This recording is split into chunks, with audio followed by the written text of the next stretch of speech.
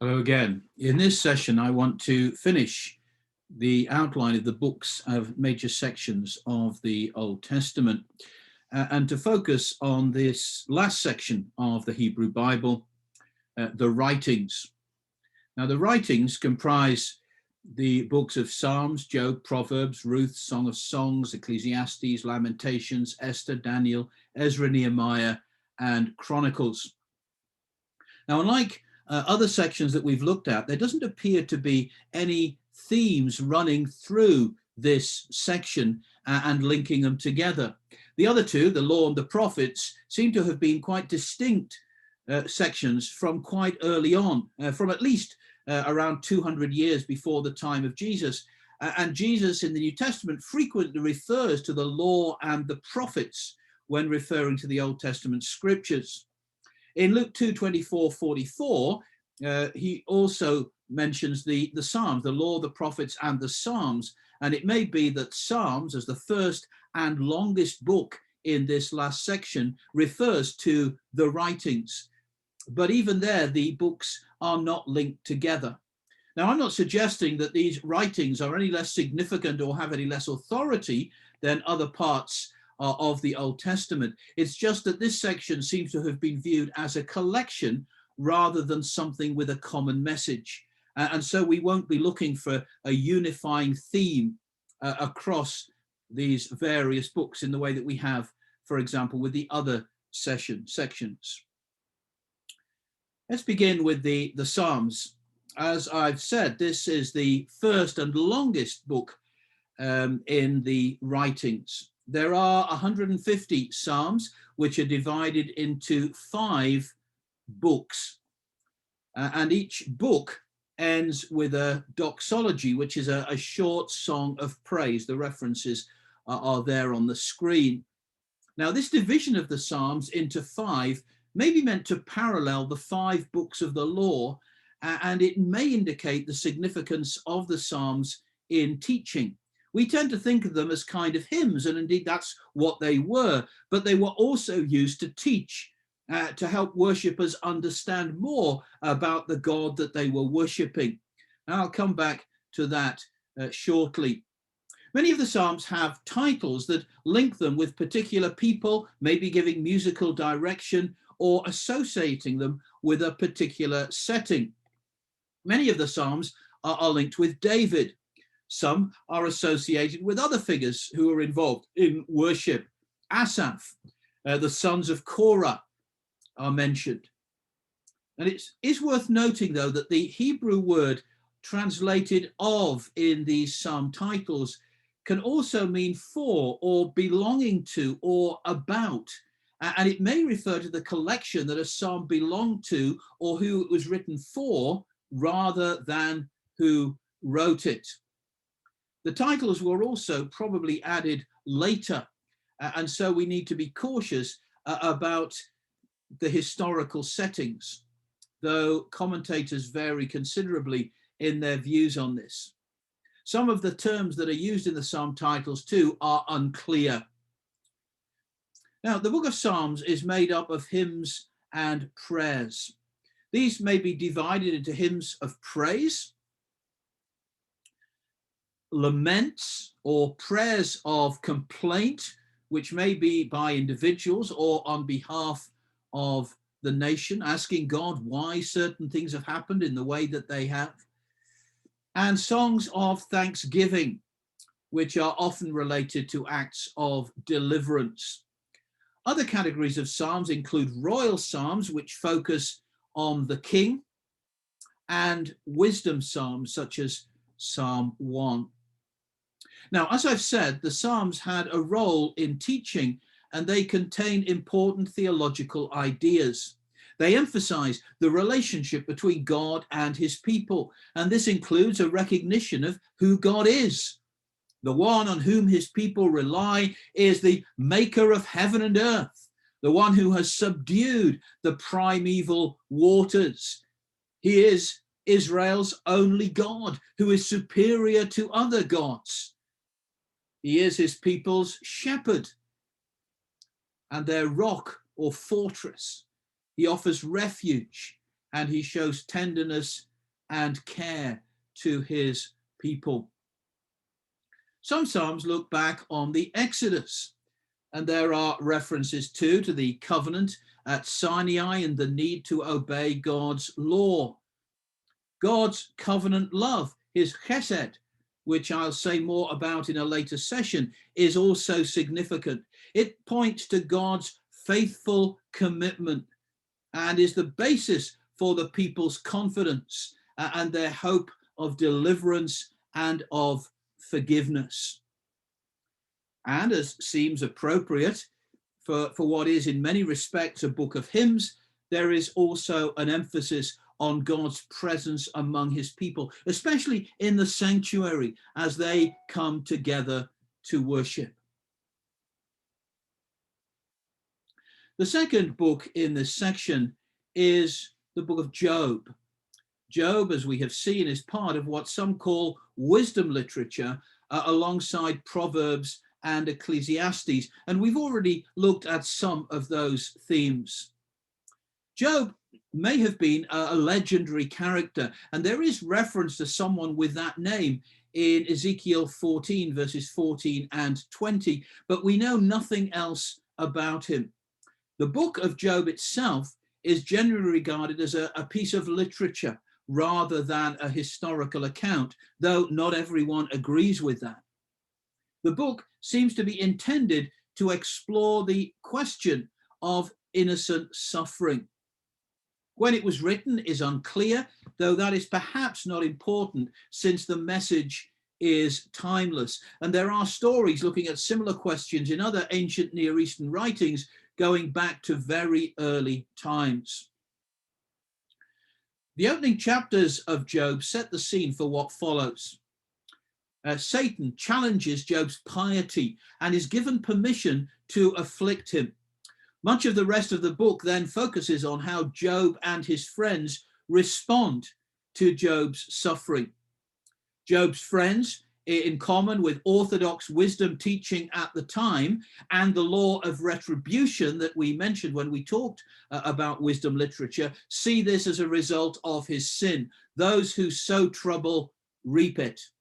If Job was obedient and faithful, he would enjoy material blessing. If that isn't happening, then he must have done something wrong. And that's not too far away from aspects of prosperity teaching today. Job, though, knows he has done nothing to deserve what he is going through.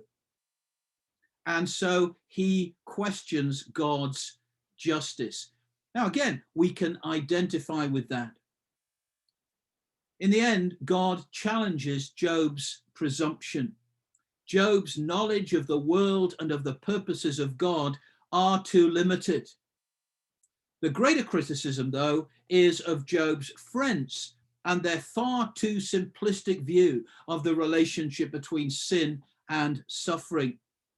There is a wider perspective on the world that human wisdom cannot grasp. And finally, Job's faithfulness is commended and rewarded. Now, we've noted already that this has to be vindication and reward in this life because of the limited understanding of life after death at that time. The book of Proverbs might be described as a practical guidebook for successful living. The rules it sets out, though, are often general. Do this and this will happen. And we've noted possible tension with Job and Ecclesiastes, which deal with issues where those general rules don't seem to work. Now, Proverbs comprises several collections of sayings. Many are associated with Solomon, who is often credited with at least 17 of the 31 chapters. But as with the titles of the Psalms, links with Solomon may not always indicate that he wrote them. Proverbs emphasizes the value of wisdom. It portrays wisdom as a virtuous woman who invites the young and easily led to seek her, to follow her ways, and so to find life. She is contrasted with the adulteress who seeks to lead those same people astray, and with folly. Wisdom is also associated with creation, and some note similarities between the way wisdom is described in Proverbs 8:21 to 31 as one who was there from the start with God, and the description of Jesus as the Word in John 1:1 to 3. Proverbs has some stock characters. These include the fool, the mocker, and the sluggard, a comic figure whose laziness results in his ruin. Other themes include the value of friendship, the importance of family, and the responsibility of parents towards children, particularly in the context of discipline and of giving instruction.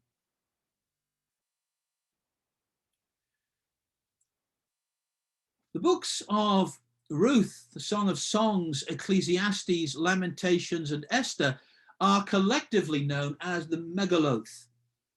They were read at 5 Jewish festivals: Pentecost, Passover, Tabernacles, the commemoration of the destruction of the temple, and Purim, respectively. In some cases, the links are clear. Much of the story of Ruth is set at the time of harvest, and Pentecost is a harvest festival. Lamentations focuses on the fall of Jerusalem, and the book of Esther describes the origin of the Feast of Purim. The other links are a little more tentative. Song of Songs refers to spring, the time of Passover. It is also traditionally interpreted as pointing to God's love for Israel, which fits with the Passover and the story of the Exodus. The link between Ecclesiastes and the Feast of Tabernacles seems even more tenuous. Tabernacles is traditionally the most joyful of Israel's festivals, whilst Ecclesiastes, to put it mildly, is not a happy book. It does, though, encourage readers to enjoy and to make the most of life, even in the midst of uncertainties, and that may be a point of contact. Ruth is set during the time of the Judges. It tells of the changing fortunes of Naomi, and particularly of the faithfulness of her Moabite daughter-in-law, Ruth, who became an ancestor of David. After a disastrous time in Moab, where both their husbands died, Naomi decides to return home to Bethlehem, and Ruth commits herself to stay by Naomi's side and to go with her. Now, in Bethlehem, a wealthy landowner, Boaz, comes to their rescue. Now, one of the provisions in the law was that if a family fell on hard times and was forced to sell its land, then first refusal to buy that land would go to a close family member who was expected to buy it, so that it stayed in the family and thus preserved the family's inheritance. Now, that family member is referred to as a Goel, a redeemer.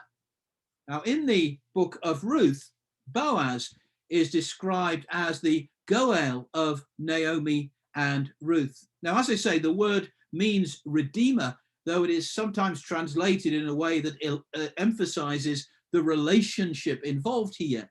The older version of the NIV translates it kinsman redeemer, and in the latest version, it is guardian redeemer.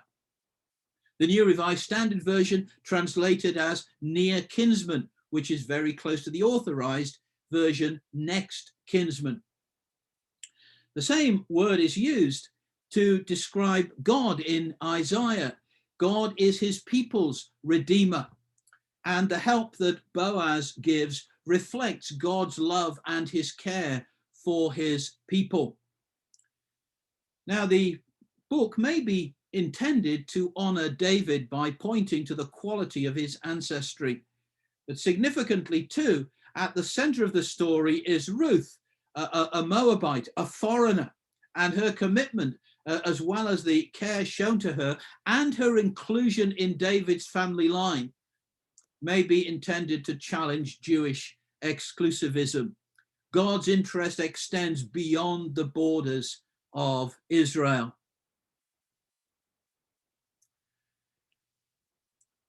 Now, the title Song of Songs means something like the best song. It is a love poem and is linked with Solomon, though that doesn't mean he wrote it. It may be related to him in some other way. There are three voices in this book: a girl, her shepherd lover, who is sometimes identified with Solomon, and a chorus, the daughters of Jerusalem.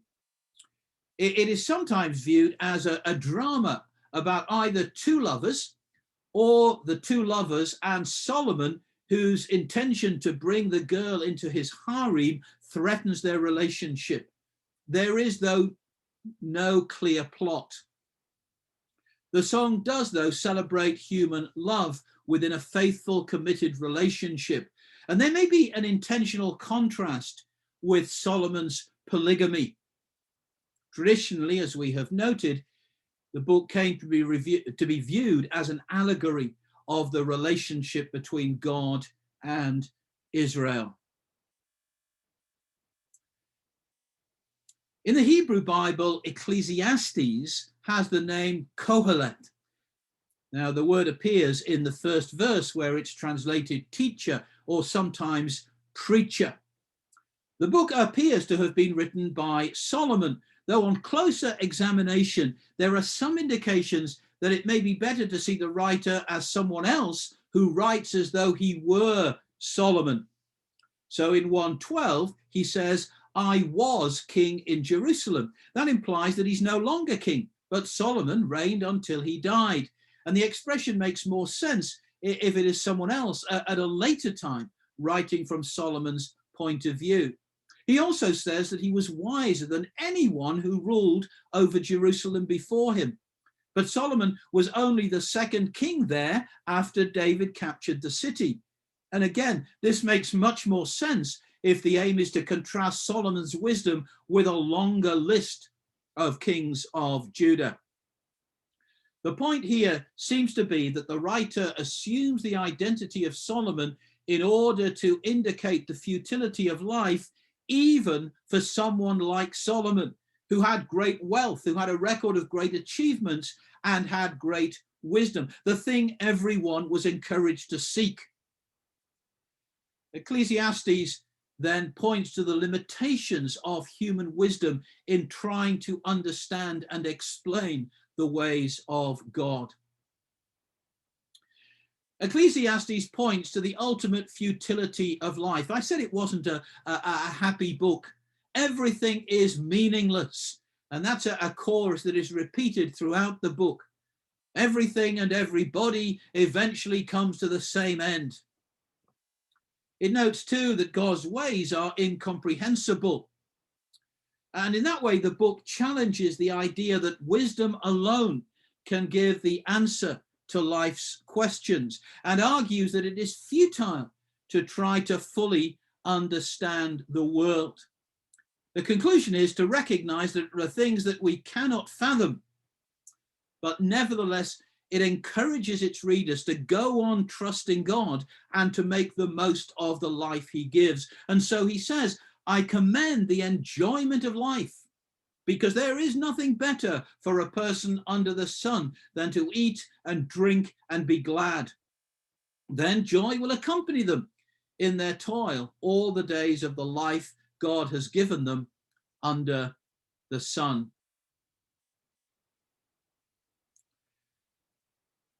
The book of Lamentations is made up of 5 laments describing the horror of the destruction of Jerusalem by the Babylonians in 587 BC. Its writer is an eyewitness of the events, though we don't know who it was. It's often thought to have been written by Jeremiah, though that seems unlikely. The laments are carefully structured. Chapters 1 to 4 are alphabetic acrostics with 22 sections, each beginning with consecutive letters of the Hebrew alphabet.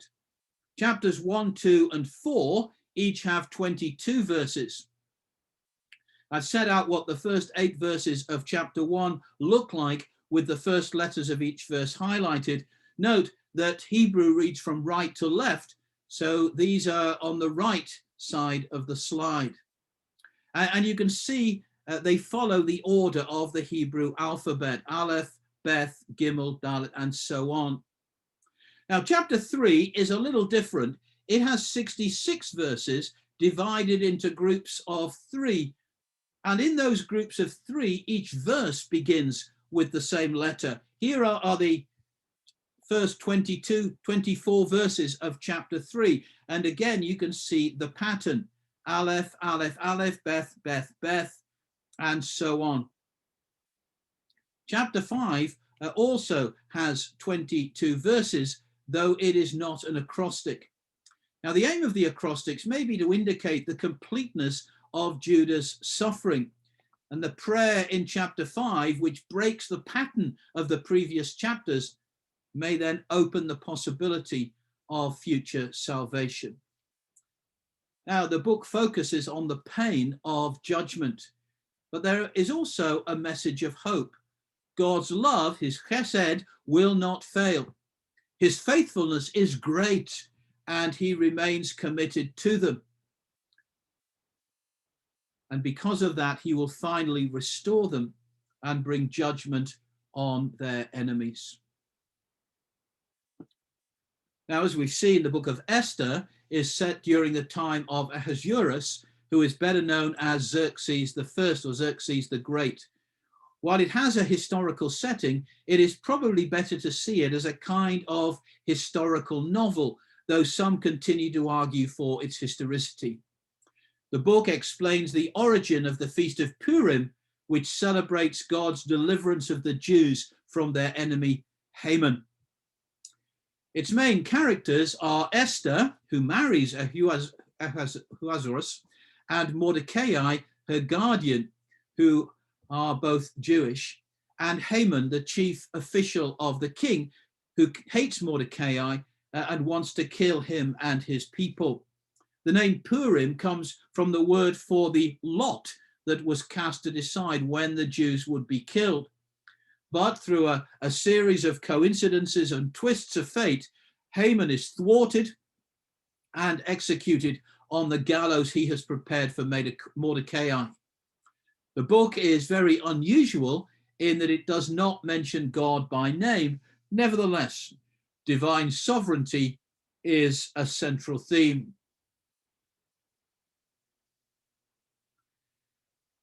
And so we come to the book of Daniel. The first part of Daniel, chapters 1 to 6, is set mainly in the 6th century BC. It describes the experiences of Daniel and his companions in the royal court of Babylon during the reigns of Nebuchadnezzar, Belshazzar, Darius, and Cyrus. They were taken from Jerusalem to Babylon, probably around 605 BC. The second part of the book, chapters 7 to 12, include Daniel's dreams and visions about the future. These describe the rise and fall of world empires and appear to focus on the time of Antiochus IV in the 2nd century BC. There is debate about when the book was written. Some argue that it was written at the time of Daniel in the 6th century BC. In that case, chapters 1 to 6 are historical and chapters 7 to 12 are prophetic. Others suggest that it was written in the 2nd century. They argue that the historical details that relate to the 6th century BC are a little hazy, but the chapter 11 gives a very accurate account of events during Antiochus's reign. There is, though, no reference to the dedication of the temple after the successful Maccabean revolt in 164 BC, and that suggests that the book may have been written not long before that, perhaps 165 BC. The evidence for either of these views, though, is inconclusive. Those who accept a 2nd century date have sometimes been accused of denying predictive prophecy and challenging the integrity and inspiration of Scripture. And to our minds, writing history in the 2nd century as though it was prophecy from the 6th century does seem deceitful. But that is not necessarily the case. Daniel in the 6th century could certainly have forecast much later events, but why would he? It was not really relevant to the people then, but it was very relevant indeed to those facing persecution during the reign of Antiochus. And as we have seen, when talking about history writing, things were done differently then.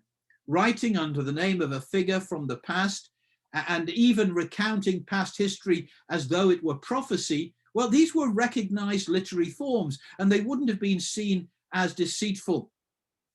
Rather, these things emphasize God's final control over historical events. And it seems reasonable to conclude that both views are possible, and that accepting a later date does not necessarily challenge the inspiration and authority of Scripture. A key theme of the book of Daniel is God's authority in human affairs, that the living may know that the Most High is sovereign over the kingdoms of men.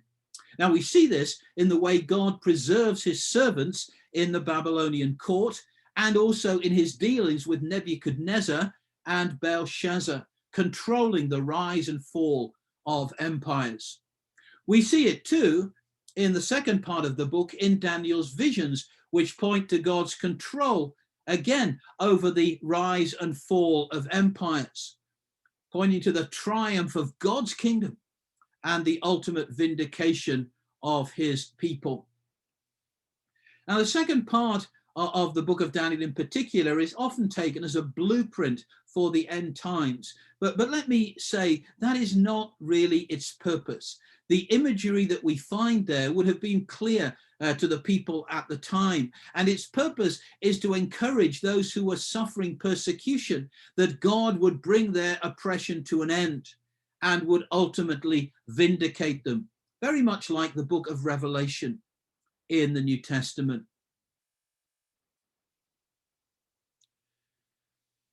When we turn to Ezra-Nehemiah, we've already noted that this is generally regarded as a single work. Now, Ezra 1-6 describes events from the Edict of Cyrus in 538 BC and the return of the first Jews to Jerusalem to the rebuilding of the temple in 516 BC. It then jumps to the visits of Ezra and Nehemiah in the late 5th century BC.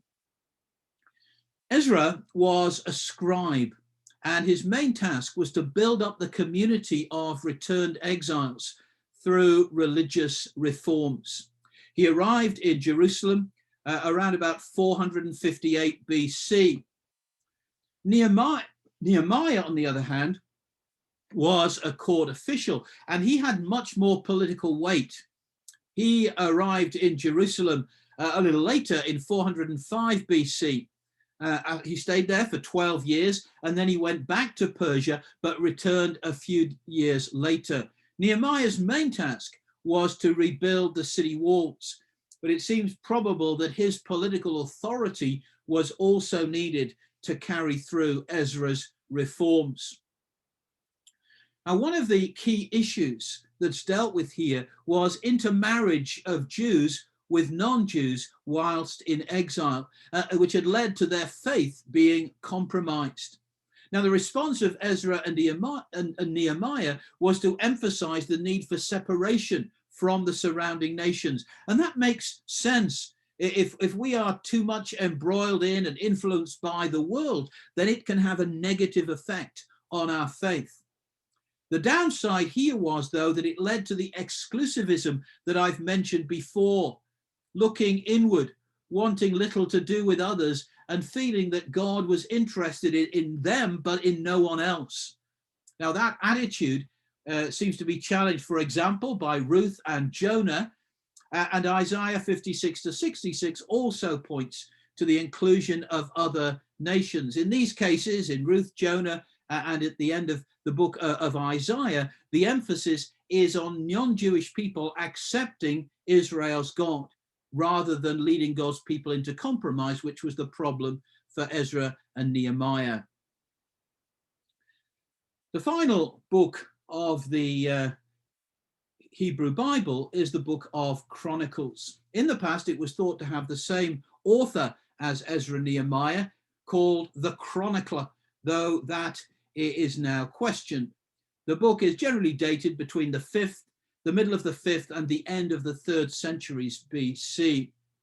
Now, Chronicles is written as history, and there is a careful use of sources, including material from Samuel and Kings. Now, all history writing in the Old Testament, as we've already seen, involves emphasizing the meaning and the significance of events. And it's clear from the way the chronicler adapts material and from his choice of what to include and what not to include, that his main purpose is theological. The book focuses on the Davidic monarchy, with a significant section on David and Solomon and the establishment of the temple and its institutions. Kings are viewed more idealistically than they are in Samuel and Kings. David's adultery with Bathsheba, for example, and his murder of Uriah are not mentioned here, nor are Solomon's failings. Hezekiah and Josiah, whom we have seen are probably the best kings of Judah, are also given prominence. Both are described as following in the ways of their father David, and their main roles relate to removing pagan shrines and restoring the temple and its worship. In the book of Kings, Manasseh is arguably Judah's worst king, and his sin is directly responsible for the exile. In Chronicles, whilst Manasseh's evil is acknowledged, there is also a positive side, noting how he turned back to God. Chronicles includes the fall of Jerusalem, but moves very quickly from that to the edict of Cyrus and the call to the people of God to return home. The chronicler appears to envisage a time of peace corresponding to the era of David and Solomon, which will include all the tribes of Israel. Of course, under David and Solomon, the kingdom was united. Now, the repeated promise of a perpetual Davidic line may point to the coming Messiah. This positive view of the monarchy is, as we have seen, an encouragement to the people after the exile, and they are invited to go up to enter into this new life. And it's on that note of future hope for the nation that the Hebrew Bible ends. Now, as I have said several times, there is much more to this than we can cover in what is a brief outline. I hope, though, that these 3 sessions have helped to set the books of the Old Testament in their context. I will say more about some of these things when we look at particular themes. In the meantime, thanks again for listening, and I will see you soon.